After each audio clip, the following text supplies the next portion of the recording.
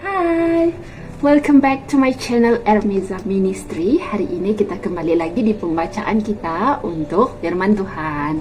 So hari ini adalah hari yang ke-85 kita punya daily reading untuk firman Tuhan, oke? So mari kita pray dulu sebelum kita teruskan pembacaan kita hari ini.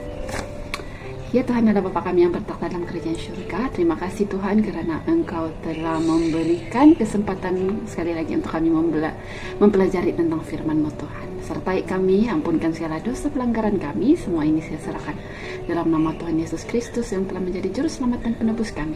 Amin. So jom kita baca. Oke, hari ini hari yang ke-85 diambil di dalam buku Desire of Ages nomor 238 hingga 240. Oke. Alangkah besar perbezaannya di antara pengajarannya mengenai kerajaan yang baru itu dengan apa yang mereka dengar dari ketua-ketua mereka. Yesus tidak berkata apa-apa mengenai kelepasan mereka dari jajahan Roma.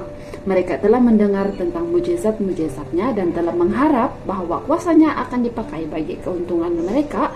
Tetapi mereka melihat bahwa tidak ada pernyataan bagi maksud yang seperti ini. Pada saat mereka membuka pintu kebimbangan, hati mereka menjadi keras sehingga tidak mudah dilembutkan lagi pada saat itu. Setan telah bertekad bahwa mata yang telah buta itu tidak boleh dibuka hari itu. Atau jiwa-jiwa yang terbelenggu dibebaskan. Dengan giat ia bekerja untuk mengikat mereka dalam keadaan tidak percaya itu. Mereka tidak memikirkan tanda yang diberikan ketika mereka digoncangkan oleh keyakinan bahwa ialah penebus mereka yang sedang berkata pada mereka itu. Tetapi Yesus kini memberikan suatu bukti keilahiannya dengan menyatakan fikiran mereka yang tersembunyi. Maka berkatalah ia kepada mereka, "Tentu kamu akan mengatakan pepatah ini kepadaku, 'Hai tabib, sembuhkanlah dirimu sendiri, perbuatlah di sini juga di tempat asalmu ini segala yang kami dengar yang telah terjadi di Kapernaum.' Dan katanya lagi, 'Aku berkata kepadamu, sesungguhnya tidak ada nabi yang dihargai di tempat asalnya. Dan aku berkata kepadamu, dan kataku ini benar, pada zaman Elia terdapat banyak perempuan janda di Israel ketika langit tertutup selama 3 tahun dan 6 bulan, dan ketika bahaya kelaparan yang hebat menimpa seluruh negeri. Perempuan janda di Sarafat di tanah ketika bahaya kelaparan yang hebat menimpa seluruh negeri. Tetapi Elia diutus bukan kepada salah seorang dari mereka, melainkan kepada seorang perempuan janda di Sarfat di tanah Sidom. Dan pada zaman Nabi Elisa banyak orang kusta di Israel, dan tidak ada seorang pun dari mereka yang ditahirkan selain daripada Naaman orang Syria itu. Okay? Dalam Lukas 4 ayat 23 hingga 27 mengatakan seperti itu. Oleh hubungan peristiwa ini dalam kehidupan nabi-nabi, Yesus menjawab pertanyaan para pendengarnya. Hamba-hamba yang telah dipilih Allah untuk suatu pekerjaan yang istimewa tidak diizinkan bekerja bagi orang yang berhati keras dan tidak percaya. Tetapi mereka yang mempunyai hati untuk merasa dan iman untuk percaya, yang menyetujui akan bukti kuasanya melalui nabi-nabi. Pada zaman Elia, orang Israel telah meninggalkan Allah. Mereka bergantung pada dosa mereka dan menolak amaran Roh Kudus melalui pesuruh-pesuruh Allah. Dengan demikian, mereka memutuskan diri mereka dari saluran melalui mana berkat-berkat Allah dapat disalurkan kepada mereka. Tuhan melewati rumah orang Israel di dalam suatu negeri kafir dengan seorang perempuan yang tidak tergolong pada umat pilihan. Tetapi wanita ini diperkenankan karena ia telah mengikuti terang yang telah diterimanya. Dan hatinya dibuka bagi suatu terang yang lebih besar yang dikirimkan Tuhan kepadanya melalui nabinya. Adalah untuk alasan yang sama sehingga pada zaman Elisa orang kusta pada Bani Israel dilewati. Tetapi Naaman, seorang kafir yang berkedudukan tinggi, setia kepada keyakinannya yang benar dan telah merasa keperluannya yang besar akan pertolongan.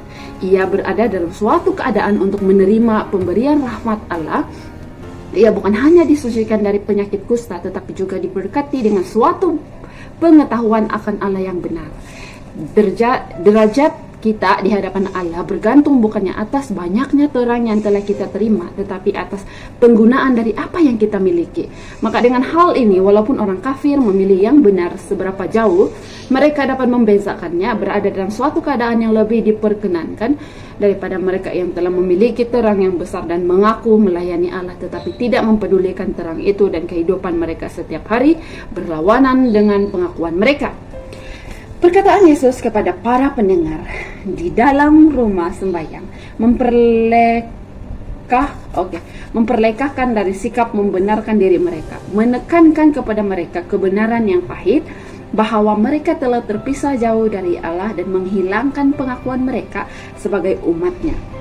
Tiap-tiap perkataan adalah sebagai sembilu yang menyayat pada saat keadaan mereka yang sebenarnya dibentangkan di hadapan mereka itu. Mereka melecehkan kepercayaan yang pada mulanya telah diilhamkan oleh Yesus kepada mereka itu. Mereka tidak mengaku bahwa Ia yang telah lahir dari kemiskinan dan kehinaan itu adalah lain daripada orang yang biasa. Roh ketidakpercayaan mereka menimbulkan permusuhan. Setan telah mengendalikan diri mereka itu, dan dengan murka mereka berseru melawan juru selamat. Mereka telah berpaling daripadanya yang pekerjaannya adalah menyembuhkan dan memperbaiki. Kini mereka menyatakan sifat-sifat si pembinasa. Waktu Yesus menyinggung mengenai berkat-berkat yang diberikan kepada orang kafir, roh kesombongan kebangsaan dari para pendengarnya telah dibangkitkan, dan perkataannya telah ditelan oleh suara gemuruh banyak orang yang tidak merasa puas. Orang-orang ini telah menyombongkan diri mereka karena memelihara Taurat, tetapi kini kesombongan mereka diserang, sehingga mereka hampir mengadakan pembunuhan. Rombongan bubar, dan mereka pun menangkap Yesus, mendorong dia keluar dari dalam rumah ibadah dan keluar dari dalam kota. Rupanya semua mengingini kebinasaannya. Mereka menarik dia hingga ke tepi jurang dengan maksud untuk menolak dia jatuh. Teriakan kutukan memenuhi angkasa. Ada yang melempar batu padanya ketika dengan tiba-tiba ia menghilang dari pandangan mereka itu. Pesuruh-pesuruh surga yang menyertai dia di dalam rumah ibadah juga menghantar dia di tengah-tengah komplotan yang sedang marah itu. Mereka menutup dia dari musuh-musuhnya dan membawa ke suatu tempat yang aman. Demikianlah caranya malaikat melindungi Lot dan memimpin dia keluar dengan selamat dari dalam negeri Sodom. Demikian pula caranya mereka melindungi Elisa di suatu bukit kecil di dalam kota.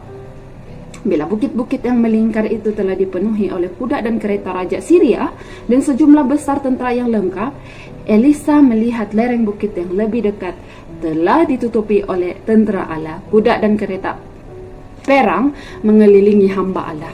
Demikian pula pada sepanjang zaman malaikat Tuhan menyertai pengikut-pengikut Kristus yang setia. Pasukan kejahatan yang sangat besar dikerahkan melawan segala orang yang akan menang, tetapi Kristus mengajak kita memandang kepada perkara yang tidak kelihatan, kepada tentara surga yang berpasukan mengelilingi segala orang yang kasih akan Allah untuk melepaskan mereka itu dari bahaya apapun kelihatan dan tidak kelihatan. Kita telah dipelihara oleh perantaraan malaikat-malaikat. Kita tidak akan pernah mengetahui rahasia penjagaan Allah sampai dalam terang berkekalan kita melihat pemeliharaan Allah. Maka kita akan mengetahui bahwa seluruh keluarga surga menaruh perhatian pada keluarga Allah di atas dunia ini, bahwa pesuruh-pesuruh dari takhta Allah menyertai langkah kita setiap hari.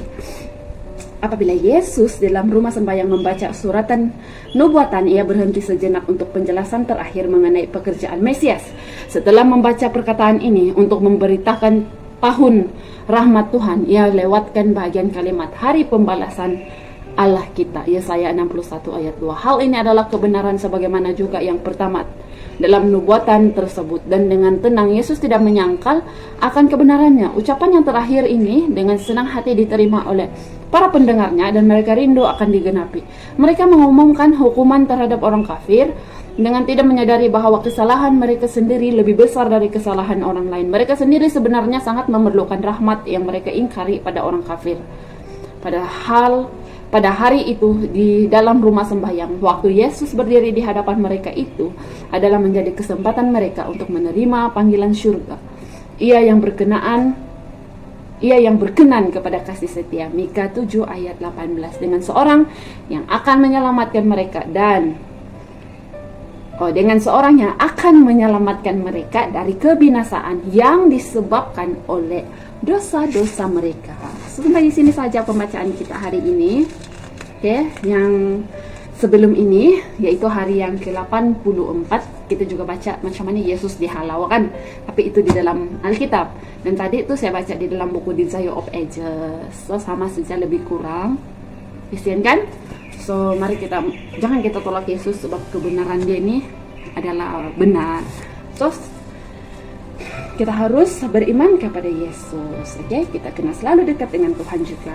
So mari kita akhiri pembacaan kita hari ini dengan doa. Ya Tuhan Allah Bapa kami yang bertakhta dalam kerajaan surga, terima kasih Tuhan, kami sudah menyelesaikan pembacaan kami hari ini. Terima kasih atas berkat Engkau, terima kasih atas firman Engkau.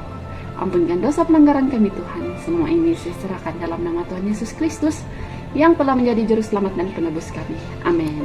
So thank you dan jumpa lagi. Bye. God bless.